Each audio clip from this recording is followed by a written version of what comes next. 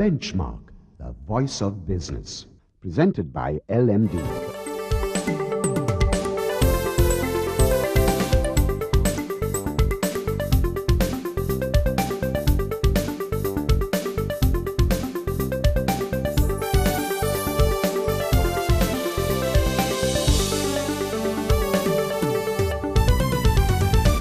On this week's edition of Benchmark, in our lead story, we take an in-depth look at the L&D Nielsen Business Confidence Index. Then in our feature segment, we turn the spotlight on Krishan Balendra, Chairman of the Colombo Stock Exchange, for his take on the state of business and investment options. And we wrap up this edition by talking to the Managing Director of the Nielsen Company, Shaheen Khader, about inflation and other burning issues.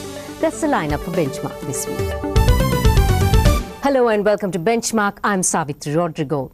We start our show with a look at the LMD Nielsen Business Confidence Index, or the BCI, as it is widely known.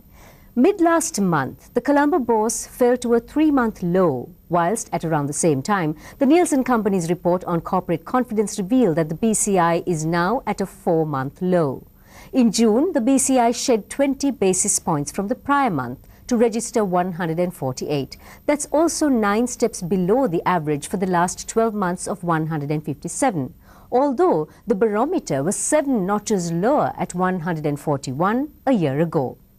The Nielsen Company's Managing Director Shaheen Khader points to concerns about inflation and its impact on future business performance as being one of the primary causes of this sudden dip in confidence. Khader combines the inflation worry with there being no positive upswing on planned investments, adding that worries about the world economy slowing down are also beginning to emerge.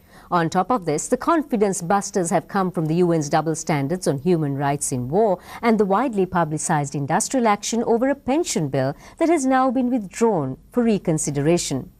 Thankfully, the good news from the corporate floor has stood the test of time, with more record-breaking financial results emanating from leading listed companies. And there's been a sea of change in how businesses are now choosing to raise the funds they need for expansion and diversification. The CSE has seen an unprecedented demand for new listings, and this has taken the quality of its equities portfolio to new heights.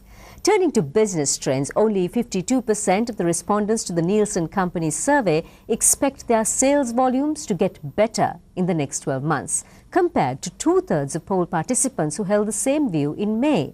The June outcome is a far cry from the level of optimism just 2 months ago, when over 7 in 10 were predicting better times in the medium term. The same applies to the past, because only 40% now report that their sales volumes have increased this year. That's 13% less than in May. On the FDI front, it looks like more of the same, even a little worse perhaps in the eyes of the biz community. Last month, only 4 in 10 of poll respondents rated the FDI outlook as being good or very good, whereas more than 2/3 were upbeat when the pollsters asked them the same question in the previous month. So what sensitivities are driving business confidence? One respondent says, quote, "The Katunayaka incidents and the announcement of the withdrawal of the private pension scheme have created a volatile environment and made us lose confidence in the government to some extent," unquote. Another poll participant points to the UN expert panel report, quote, "UN pressure in terms of alleged human rights violations and the release of its report have created political pressure and affected the country's image, harming foreign investments," unquote. There are mentions too of the stock market's artificial performance and speculation in the context of misleading market conditions. How these issues are dealt with by the Rajapaksa administration in the immediate future will certainly affect business confidence, for better or for worse. Looking ahead, Nielsen's Sri Lanka chief acknowledges that business confidence remaining flat is a cause for concern. But with GDP expected to increase by 8 to 9% this year, he feels the index should start moving in a positive direction. Shaheen Khader, who will join us later in the program, also notes that any strong positive movement in the BCI is likely to happen only after the first quarter GDP results are published, and also if the economy shows strong economic growth in line with forecasts.